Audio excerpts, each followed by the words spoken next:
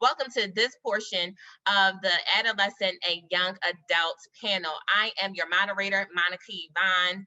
I am the founder and mastermind behind Brains, Beauty, Brilliance. It's a movement designing freedom in everyday life. I help individuals strategically embrace opportunities in life and the freedom that God brings. I am very transparent about my own battles with mental health challenges that started back at the end of 2014 when I traumatically lost my father due to a heart attack. It was from that thing that I became the curator of a program called My Truth About Grief, which is designed to help individuals process loss in a healthy way. Today's topic is discussing the fault factor. What is the fault factor? The fault factor is just saying, why me? Like, why, what is to blame? What is the fault? What is the reason why I or someone that I love are dealing with mental health challenges? At this time, it is my privilege to introduce our panelists, Dr. Trenye Black. She is a licensed mental health counselor in Florida. She's a licensed professional clinical counselor in California. She is also a licensed professional counselor in Virginia, national and certified telemental health provider. And she is trained in cognitive and processing therapy and a youth mental health first aid instructor. Trenye earned a Master of Science in Mental Health Counseling from Nova Southeastern University in 2014 and her PhD in Psychology with a concentration in teaching from Walden University in 2021. Her mission is to promote improved mental health and wellness through education, prevention, and intervention for military members and marginalized adolescents and their families. Also joining us on our panel is Lauren Joy Goss-Marr. Lauren Goss-Marr is an associate marriage and family therapist in Los Angeles, California. She has such a passion for helping create support systems and destigmatizing mental health for communities of color, and is a driving force of her personal and professional world. Also, we have Duane Reid. Duane Reid is a faith-based innovator. He is a pastor, published author, poet, performer, and a parent of a young adult affected by mental illness. Also, Duane continues to navigate his personal journey. His heart is to help parents and the community become more educated, empathetic, and empowered to help themselves and others. Welcome to the panel of The Fault Factor. Now, I'm just going to dive right in with the questions because we have so much expertise here. And because we're talking about the fault factor, let's just talk about it. Why? Why is it that as youth, as adolescents, as young adults, or even parents and caregivers to this age bracket, do we want to find fault for the challenge? Do we want to feel rectified or justified as to saying, this is why I am the way that I am with this particular challenge? And this is the question for all the panelists. Well, good afternoon to everyone, and thank you for providing this space to have this most important conversation. I think that fault finding is a normal reaction. I think that when you look at life at times, depending upon what your diagnosis is or what you're experiencing, you have these moments when life has been quote unquote normal, whatever your normal is. And depending upon your situation, whatever may be impacting you individually, it could turn your world upside down. So you go from being normal to having these symptoms or situations that you don't quite know how to absorb. You're just trying to figure out, how did this happen? Where did this come from? And I think that's a normal reaction. You know, especially if it's uprooted or it's upset some very significant moments in your life, right? And I think as a parent, if you have a child that is going through that process and you see their frustration, you see that their struggle, there's a part of yourself that is trying to pinpoint, okay, is this my fault? Did I do something in their sphere of living that impacted them to cause these things to happen? What did I do? And I think that it's natural for us to all go through that process because you're trying to make meaning of your new normal, so to speak, but we can't stay there. We have to pivot out of that and move forward.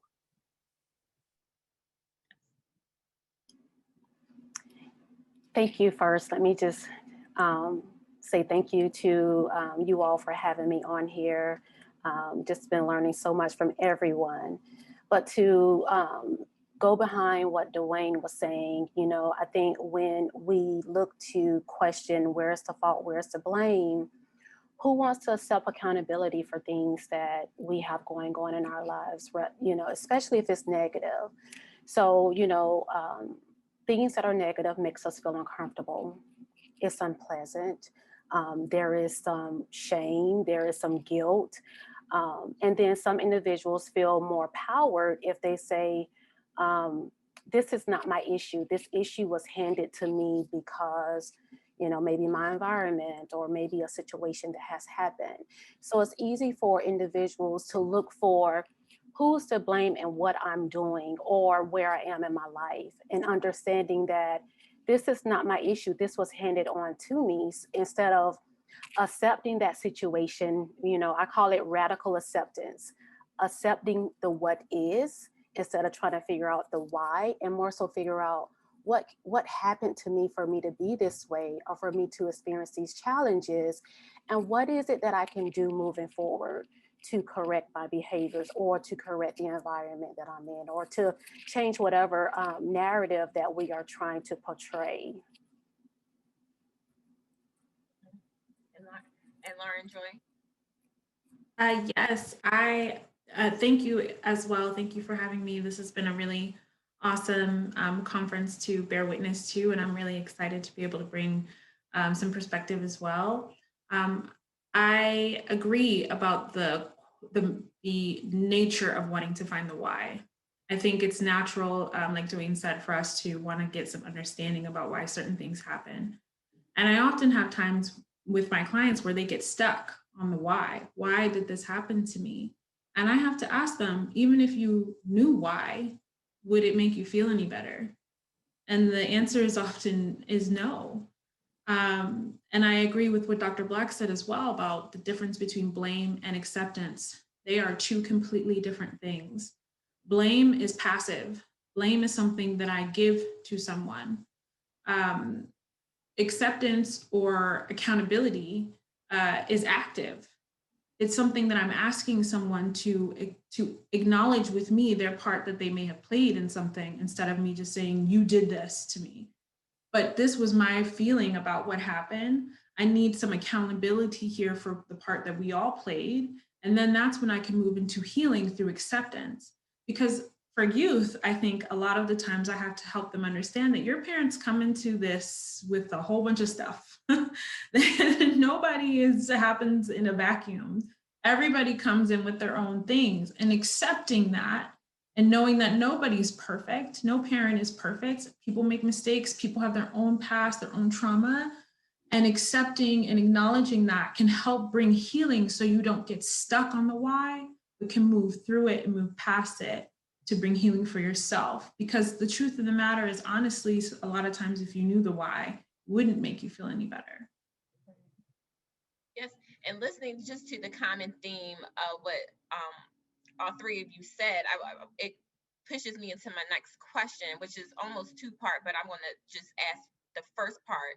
How do we navigate? Because we know it's a healing process, and it's a process of multiple steps, but then how are we then navigating from the place of being unstuck, you know, and to the point, to the place of healing? Like how do we do that? How do we do that as parents? How do we do that as young adults, and we're entering college or entering, you know, the professional world for the first time? Like, how, explain to us how we navigate ourselves, and how do we maneuver through even some of the mistakes that we've made in the process?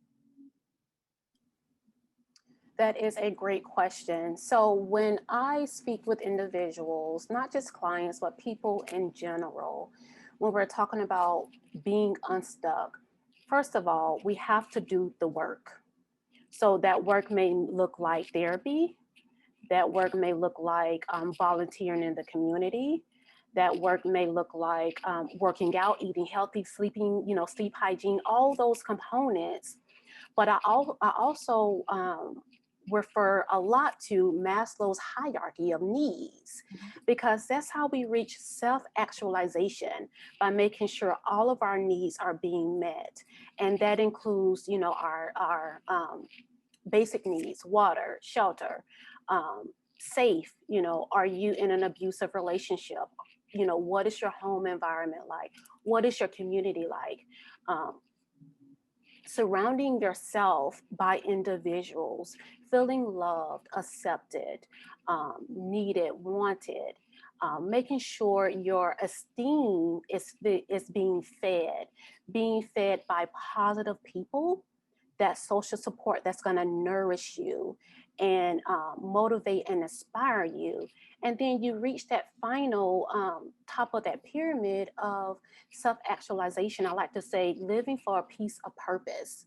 So trying to figure out what is your piece and what does that look like? Because my piece may look totally different from Monica's piece, but understanding that we all have a role to play in defining where we're headed.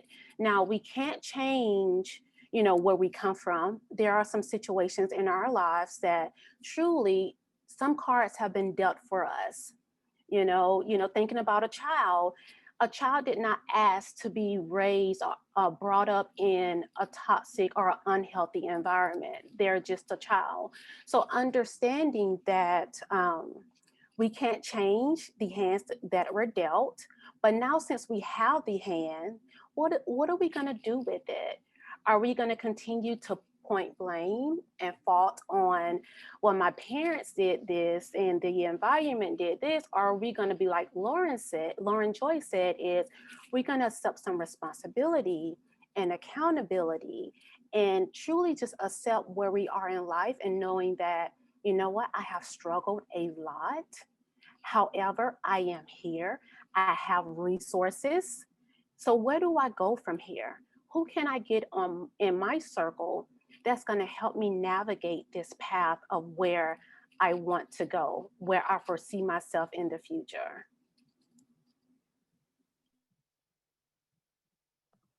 I would agree with those points, and I would just add that, once you address the fault, right, you go through this entire process. I think that if you're not the person that's going through it, one of the most impactful things you can do is being present. I think that presence, being supportive, sometimes it's not your responsibility to try to quote unquote diagnose.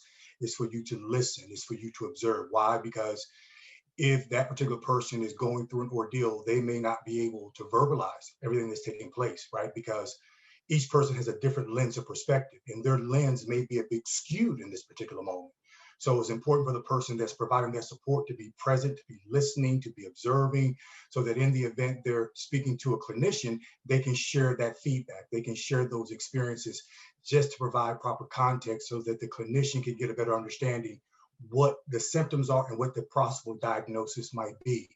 From that point, you go from being present to also being a part of the problem solving, right?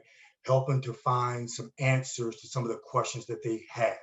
You may not have all the answers, but at least I need to support your journey of trying to get a better understanding, because in the same vein, I'm trying to get an understanding. The parent is trying to get a better understanding as to what's caused our life to shift from that normal to this new normal, and what do we need to move forward.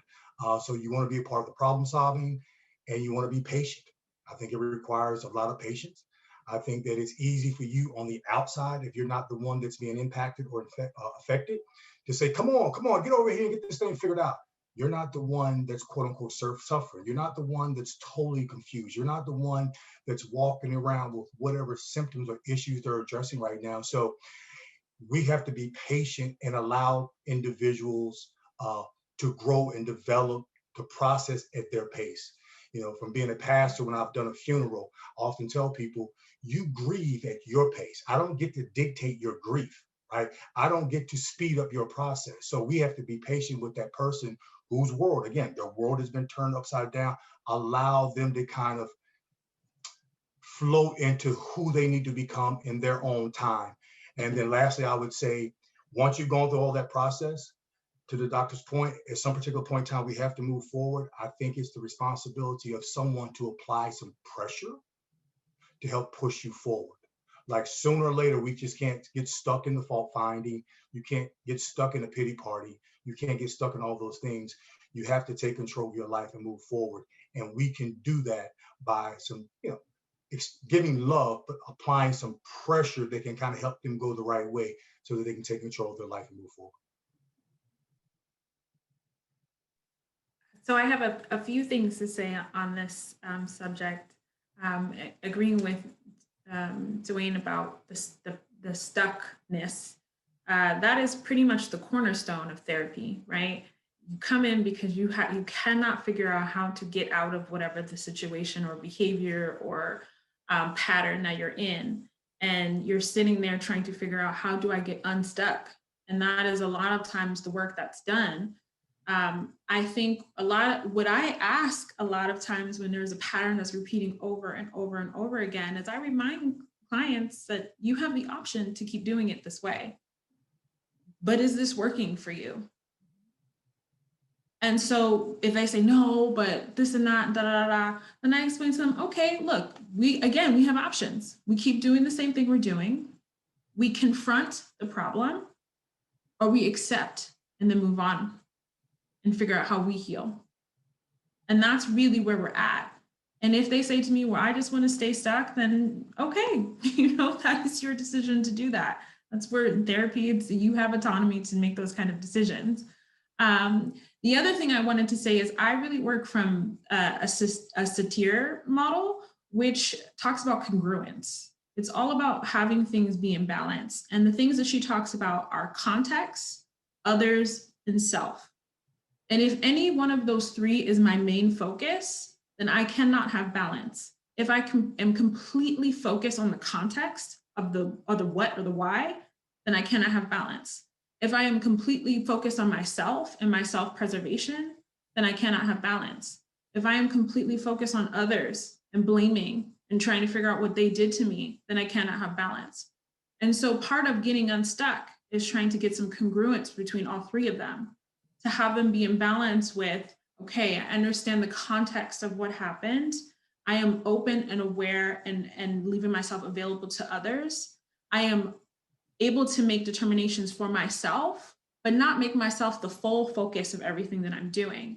And if I can have that balance, then I can start to get myself unstuck.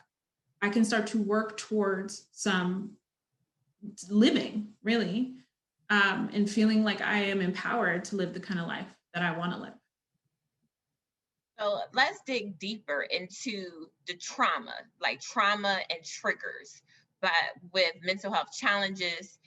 So let's say there is a diagnosed mental illness on an adolescent or young adult, and things begin to get sticky, especially if they're 17, 18, 19, they're becoming adult, and you have parents who are still actively involved or guardians who are still actively involved in this adolescent and young adult's life, and you don't know how to handle the trauma. You don't even know what the triggers are, because most of us, some of us are in many different dimensions and stages when it comes to our mental health journey. But there are people right now who are struggling in the thick of it. So what do you tell the parent? What do you tell the young adult? What do you tell the person supporting the adolescents, even legally, what they should know when they're in the thick of putting their child in the hospital for involuntary or voluntary to get help, or when you call the police and it seems like there is no help because we don't have a trained support system. So it's great to say, get a support system, but in the journey of finding that, what do I do when I'm in the thick of it? Talk to that space and that place. Go ahead, Lauren. I'll let you go first. Go ahead. So I can definitely talk to this because these are a lot of my clients. I work in community mental health with high risk clients in low income families. And so I'm working with families who don't have the frame of reference for mental health. either because of like cultural biases or just, lack of access and that kind of thing. And I get brought in and they're like, my kid's crazy and I don't know what I'm doing with them and this and that. And I have kids who are on probation. I have kids through DCFS. I have kids who, I get called to schools because my client is fighting somebody. So these are my kids. And so when I'm working with parents and with the children, what I try to instill in them is about safety. So when there's questions about behavior that is where we would have to call the police or have to, call the pet team or start to initiate a 5150, it's about safety. I'm not here to hurt you or to hurt your family. We need to keep you safe. That is my main priority. And I try to help the parents understand how to communicate that with their kids as well. I want to keep you safe. And the things that you're doing right now are not keeping you safe. And so I need to do some things in order to implement that. And then the other question about when they're in the thick of it, the psychoeducation about the trauma response, about what happens physiologically to the body when you are experiencing trauma, re-traumatization or triggers, or having, episodes where you're having flashbacks or your anxieties and that kind of thing, helping to explain to them that your child is not crazy. This is actually physiologically what's happening with them. And these are some of the things that we can do to try to de-escalate them and keep them safe. Yeah, that's good. That's very good. I would just add to, from a parent's perspective, the first thing that would hit me is help me as a parent to understand or make sense of what's going on, right? Because as a parent, if that wasn't your normal before, this is something new, you've been traumatized in the moment, right? You're traumatized by something that's manifested, something that's different from the normal, or this idea of what normal is. As I stated before, help me to understand, what am I witnessing? What's happening in my child's life? Help me to understand the symptoms, educate me, right? Educate me. But also in the process of educating me, I need to see that you truly are extending empathy, not only to me, but to my child, that there's some compassion there, right? Too often, because I work in the medical field, sometimes you will see clinicians or doctors who become somewhat jaded because they do this work on a regular basis. So they don't always have that empathy and that compassion there. And I need to just see that you care, right? I need to know that my child is in the hands of someone that cares about them and that's really trying to help discover what this is. I think someone mentioned symptoms earlier, I think the previous group. And the one thing I can say that from one of the challenges that one of our children was experiencing, it was when it first began to materialize and manifest, there was no rush to, oh, let's make a diagnosis. It was, let's give it time. Let's see what's going on, right? I think on the previous panel, they said, take a physical, let's look at all these other things to see if those are the result of what you're experiencing right now, what your child's experiencing. Let's look at that. For me, that went a long way, right? There's no rush to judgment. There's no rush to call somebody to label names. And it was, let's just be patient. Let's watch the process. That education helped us go a long way. So helped me to get an understanding of what's taking place. And then not only the education, but providing resources, telling us where we can go to get additional resources and support. Who can we connect with, not only from a clinical perspective, but within our community for some moral support, for some clinical counseling support, where you can put that child in an environment where they can see you're not alone. I think that whenever you go through something, human nature tells us we're the only one on this island. I think that for a child who's been diagnosed with depression or anything, they need to see I'm not the only one going through this. And if I can be in a space, in a place with others that have had similar situations and they put some things in place to help them to move forward, that can be encouraging and help them to make that transition as well. Yes. Lauren, Joy, similar to you, I worked in community mental health. I did that ever since maybe like 2 years ago. And I work with primarily adolescents. I did work in the school system for a little bit. And I totally agree when we're talking about trauma.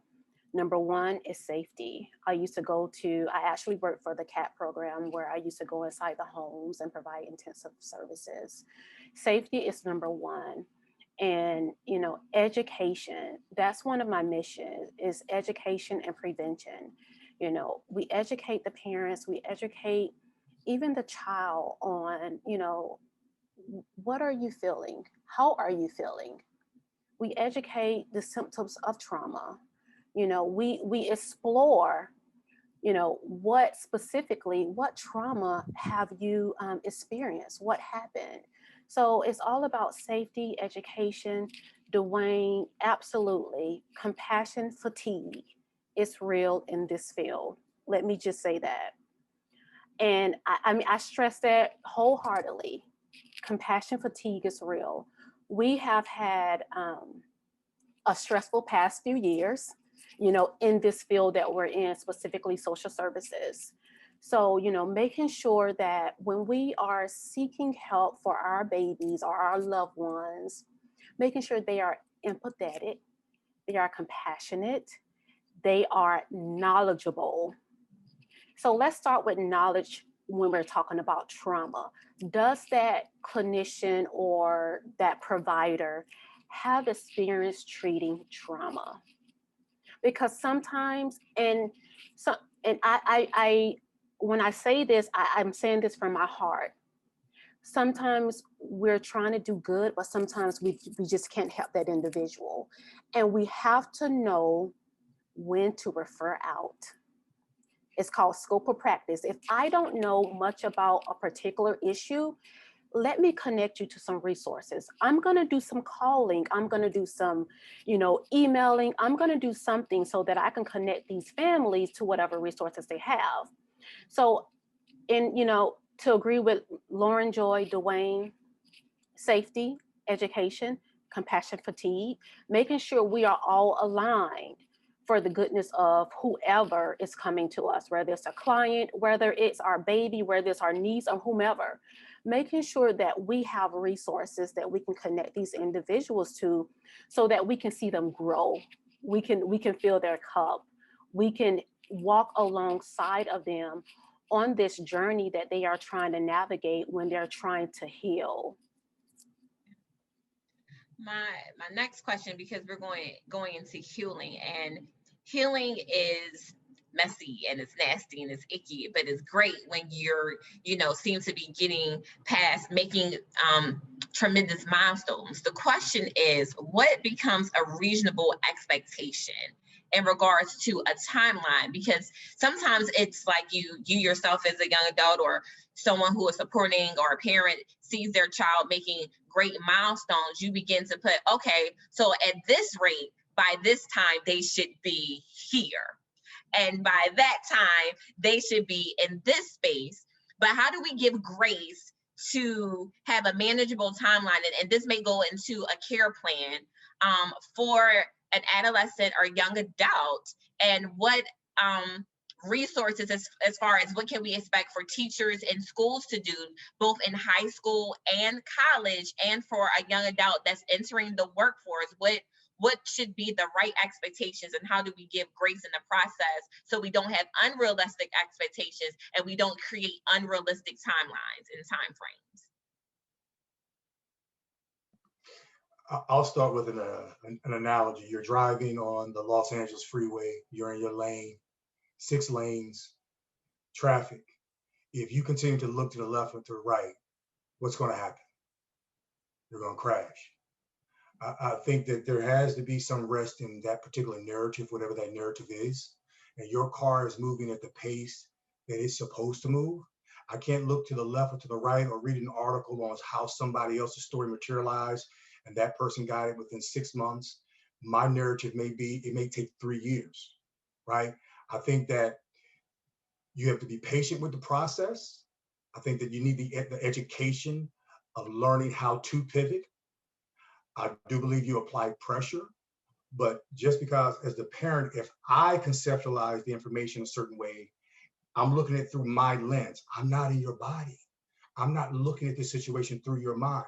That child, the adolescent, can make steps forward and you see progress, and then they can take 10 steps back. And you're like, what in the heck is happening? They're still struggling with the whole ordeal. I think that we have to be a part of the journey, be patient with the journey, acknowledge those small steps forward, affirm those small steps forward, but also acknowledge when they've missed the mark and help them to get an understanding of that.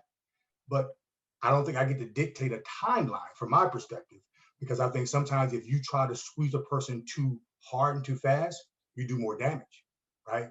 So it's kind of like you kind of got to get a feel for where they are, how they're processing the information, what are some of the positive signs that I see, how can I apply pressure from a healthy perspective, but also how can I be patient and very loving, right? I think love is, for me, is just huge, because you may do some things off the charts and it can break your heart, right?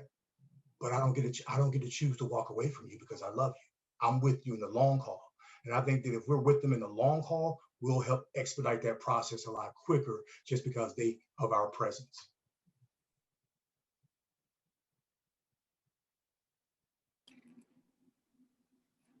Go ahead, Dr. Black. No, go ahead. I think, I think about when we're talking about healing and what that journey looks like. It's different for everyone. Everyone's journey is different. Even if we somehow experience somewhat of the same thing, we're all going to react and respond differently. So I like to refer to the stages of change, so healing, it is not linear. This morning, I probably woke up excited, happy, full of joy, just very enthusiastic. And then tomorrow, I may be somewhat totally different. Things happen, we have triggers. So, thinking about triggers, things that may affect our mood, our behaviors. So just understanding that everyone's growth is going to be different. The healing process is going to be different. The stages of changes is understanding that we are going to do well. We may take a step back. That is life. We are constantly learning. The premise of life is we experience things. The good things we want more of. So we typically go that route. But the things that don't necessarily feel good, hopefully that is going to be our lesson of, you know what, I did this, which caused this reaction. So my ultimate goal is to try to avoid that and try to navigate around that so that I don't end up back to where I was. So life experience is going to teach us. We're going to grow from those life experiences, although it doesn't feel good, but I'm hoping that this experience that I experienced last year because of a certain behavior, I'm going to try to avoid that.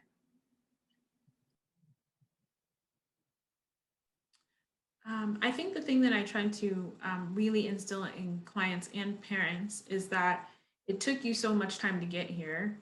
It's not going to just suddenly disappear just because you're in treatment or in therapy, for a couple months, even a year or so. Habits are hardwired into us over time. And so even if my child is 7, that's still 7 years that they've developed this way of coping or this habit or this behavior. It's going to take time for us to undo that, especially as we get into the teenage years, because that has really been instilled and integrated into the way that they behave. And so helping to have realistic expectations and like you both said, everybody heals at a different time, a different time period is important. And I think also what Duane said about adding pressure, because Monica, you asked about like with teachers or your employer or, in college, your professors, what should their response be? And I really try to instill in my clients, especially my teenagers, like just because you're having a hard day doesn't mean you just get to be like, deuces, I'm out, I can't do it today. You have to communicate with people about what's going on for you so they can be aware and know how to support you. Let your parents know, like, I'm having a really hard time this week with this. I need help. Can you speak to my counselor? Can you help me speak to my teachers? Even for your boss, like you don't have to go in and disclose like, hey, I'm having a mental breakdown, but saying like, I'm actually struggling with something and I need some extra support. And this is what I think I can do this week. Can we work together to figure this out?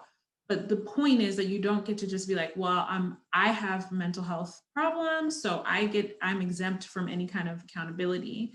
I really try to help clients, parents, teachers, social workers understand, like, we need to work with them to figure out how can they acknowledge what's going on for themselves while still being responsible. And that is so great, because the point of getting help is, one, to be able to provide language to how you feel. It's so important, because when you're going to counseling, you're going to therapy or coaching, or however the resources are, it should be providing language to the parents. It should be able to provide language and verbiage to the adolescent or to the young adult that's actually experiencing it, because sometimes we just don't know how to say how we feel. We know how we feel, but we don't know how to articulate it. So now, expressly with the young adult, to the parent who is dealing with the young adult who is having mental challenges or mental health challenges, legally, what can be done? And maybe this is it could be a question for everyone, but really for Dr. Black, how do you go get it like a medical power of attorney when traumas are significant and blackouts are significant? And then when you take your child to the hospital, or you take your child to a facility, it's like, well, technically they're an adult and they can speak to themselves, and then the parent or the support system becomes limited in providing care, or getting a care plan or some kind of plan that's around direct support, because anything could be a trigger. I mean, COVID-19 was a trigger. The loss of people were a trigger because we buried people, and so we have people who are dealing, and young adults who are now home from school, and all the environment is changing. What then does a parent do to support a legal adult who is in the thick or having mental challenges? Where does that support come from a legal point of view? Can anyone answer that question? I think when, a young adult who is legal, I will always refer to the parents to utilize 911, local emergency services, if there is a safety concern. Now, if there is not a safety concern, that gets kind of sticky. So I will attempt to connect them to local resources in their area, particularly maybe legal aid, to see what, if they don't have the finances for an attorney, but legal aid, to see what can be done other than, because we know that when individuals are, sometimes when they are Baker Act, the 5150, sometimes it's a 2-day hold, sometimes it's a 3-day hold, but sometimes parents are needing more than that. And then sometimes parents don't have insurance, so that's a whole nother issue. So definitely connecting to legal aid, and being that advocate. Case management, typically all hospitals have case manager or social workers.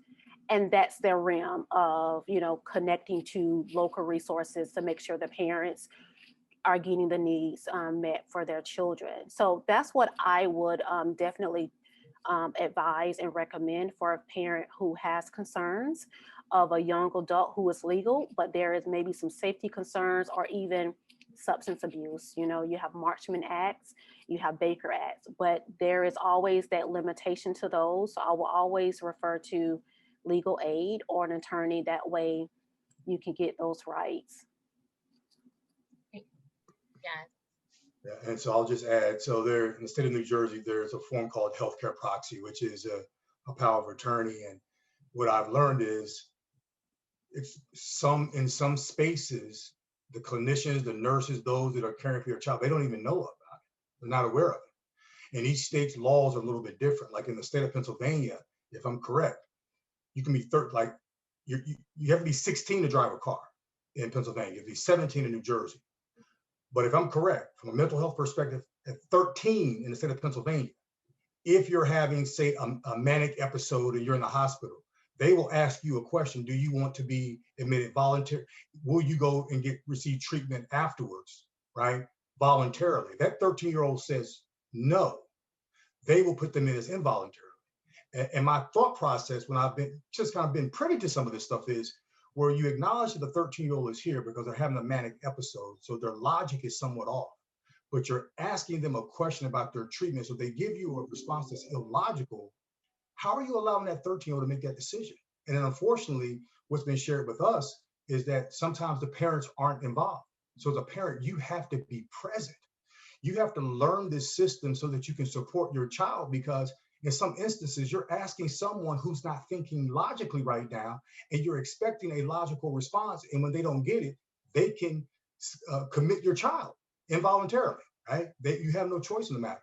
That healthcare proxy, if you, with your child, fill that document out, get it notarized, that now allows you to be privy. If your child is 17, 18 years old, 19 years old, now you can be privy to everything involved in that particular process, the medications, the diagnosis, the conversations. And if you get to a point where there needs to be a short-term commitment to help to get that individual stabilized or to help them heal in whatever form or fashion that's best for them at that particular moment, now because you have that power of attorney, you now can speak on their behalf because you're not having the issue, they are, but you can help protect them in that particular instance and support them.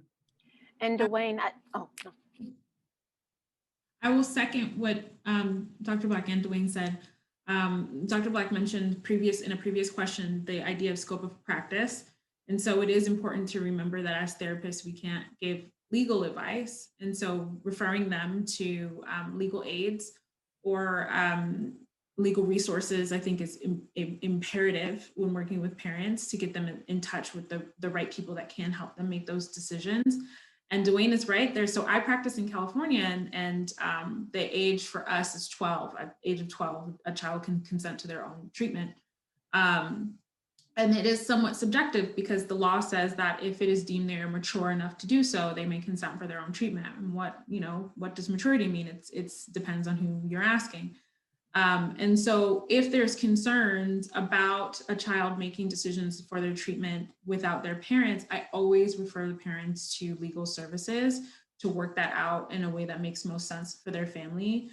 Because as a therapist, it would be unethical for me to do so.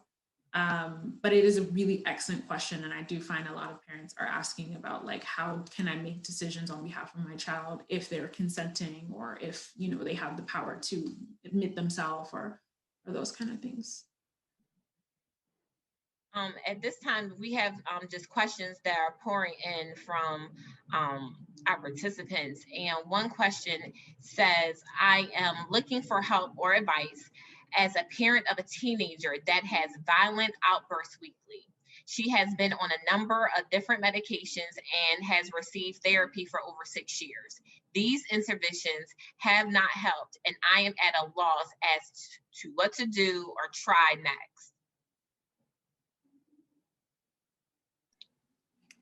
let me just first, whoever that comment come from, my heart goes to you, because I can understand how difficult that must be and exhausting to try to seek out resources to figure out how can we change the narrative. So there is a lot of gray areas in that question. And this goes back to what I mentioned earlier, making sure the provider is experienced in their field. There are all sorts of types of clinical interventions that therapists use so that we making sure that we are meeting the needs of the child, whatever their presenting concern is. So I don't know the scope of what that individual is going through, but making sure that the therapist is experienced in that area and making sure the psychiatrist have attempted to rule out different diagnoses. It's a gray area, but I know now, and when I worked on a multidisciplinary team, I worked with the psychiatrist, and I worked with the nurse, and it's a multidisciplinary, so you work with the entire team.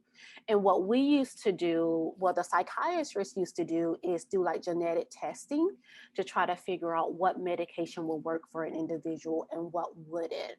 So that's just in general. I'm not saying this is something that psychiatrist has done or didn't do, but connect to other resources in your area and express your concerns. You know, call different therapists and ask, you know, particularly what can be done. I've tried this. Call different psychiatrists. My child has been on X, Y, and Z. Nothing seems to work. But definitely there are testing that can be done that will help navigate the medication realm of what works and what doesn't work for any individual. Can I just ask Dr. Black something just to piggyback off of what she said? So say, for instance, in this situation, the child has been medicated, you've done all that you can do there. Even with the medication, if a child is angry because, say, for instance, there's something in their life, there's an insecurity or there's something that they're just mad about where they are, right? I'm not where I should be. They're just frustrated with life. You can't medicate that, if I'm correct. So there's sometimes I think there may be some, what I'm learning, I've had to study and read and just listen and learn, ask questions, but I think sometimes the anger may not be a part of the diagnosis that you are presently treating and seeing. There could be this underlying wrestling with self, with identity and where I am, and I'm angry about that. And I don't want to talk about it because I don't want to be that vulnerable, but it's just frustration with life. I think that's another area that when you're dealing with a situation like that, that's something to look at as well. Yes, absolutely. So you can't treat that. You know, I call it the buffer. So when individuals are having a difficult time and they're really not connecting with whomever's in their home, who's the buffer? You know, that's going to bring that peace. Is it grandma that's outside the home? Is it a mentor that's going to kind of help bring that peace to that child? Because sometimes children are just angry just because it may be adolescent years. They may be angry with their parents just because. So I always inform parents, bring that buffer. If you believe that what you're saying and what you're doing is not enough, let's look for, this goes back to what Duane said earlier, let's look for community support.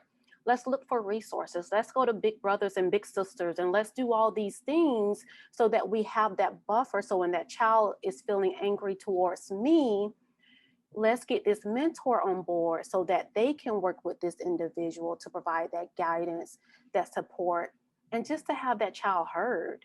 Because sometimes the moment that we feel heard is the moment that we can start healing.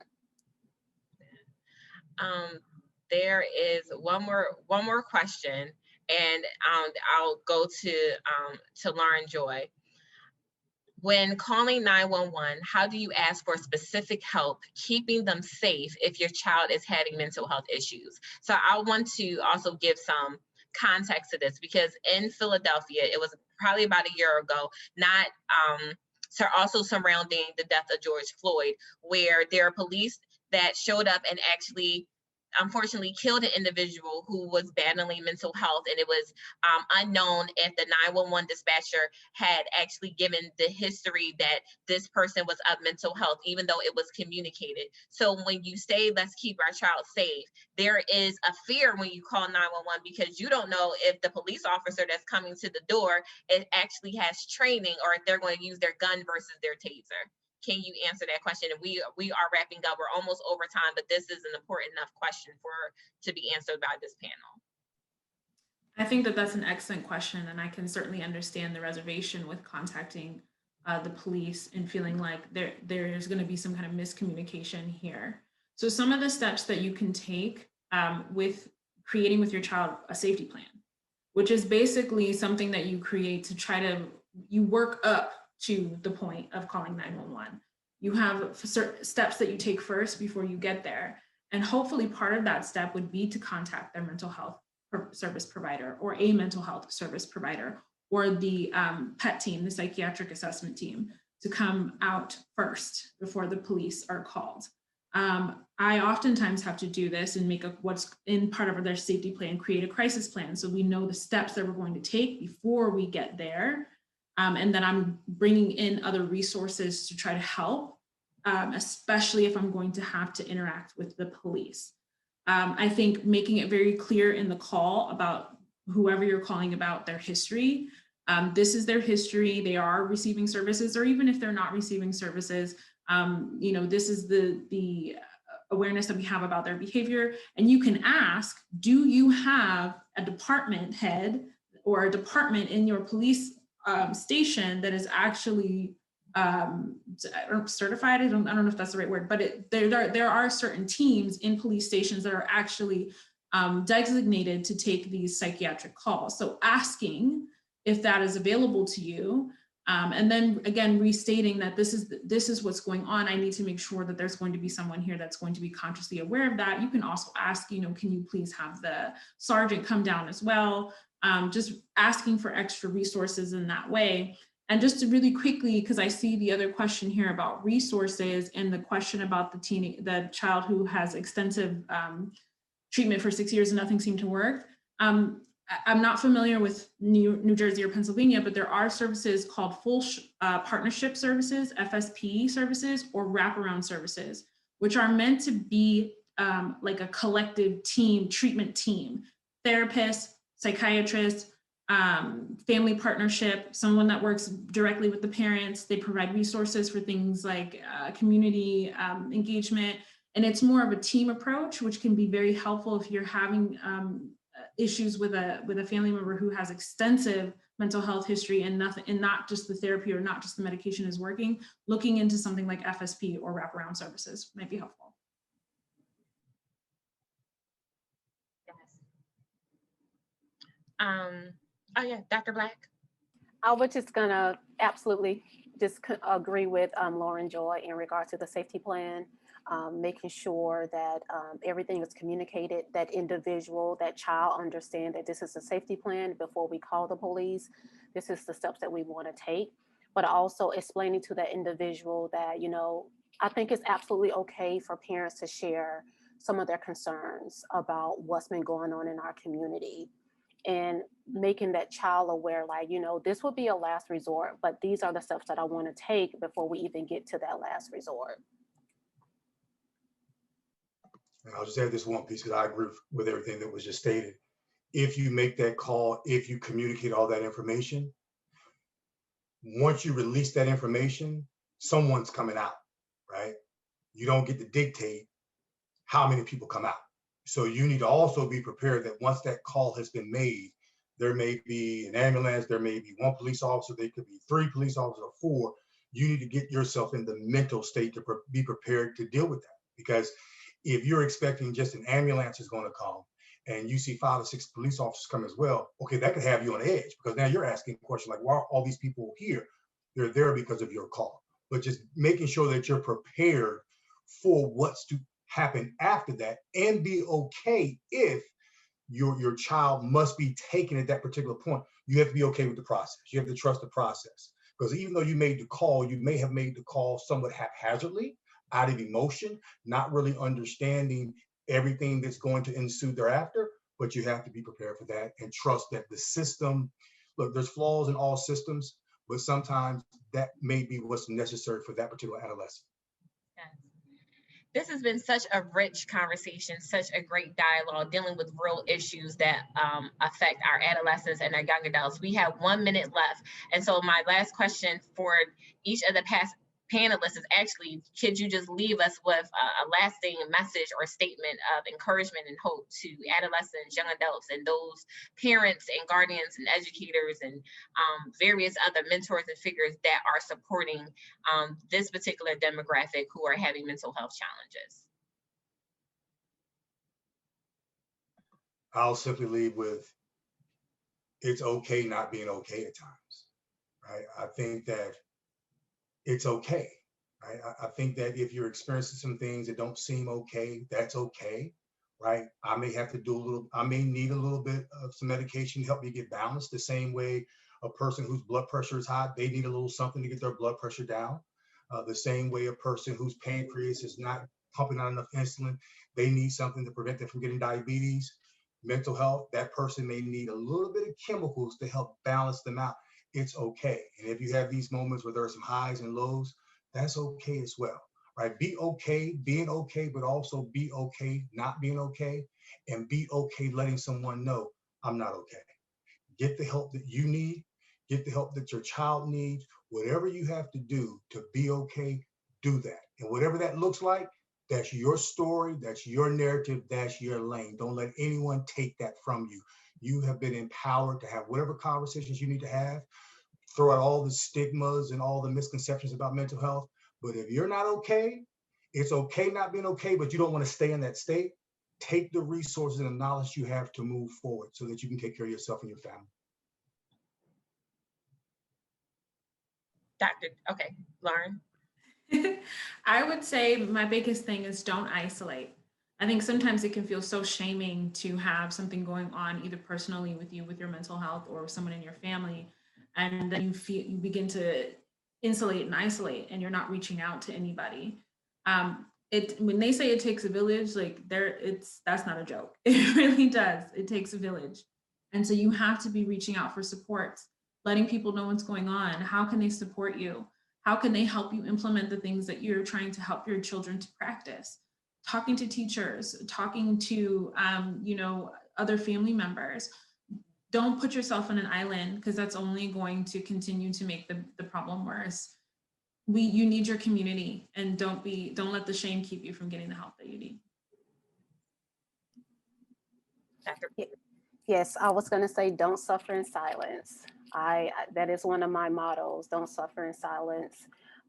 And this goes back to what I mentioned earlier, finding that community, finding that mentor, finding that role model. Because I know I wouldn't be where I am today if I didn't have a role model. Absolutely. They were my lifeline. So don't suffer in silence. Wow. Thank you so much to all of our panelists. This concludes the Adolescent and Young Adult session, the Fault Factor of the SoundMinds Conference. I encourage everyone, we're going to be taking a 3-minute break. That's right, 3 minutes, because at 3:05, we'll begin our next session called Living My Best Life with Tavara Franklin. It's going to be awesome. Thank you all for continuing to watch. It's getting just even more and more richer in conversation as we continue to go.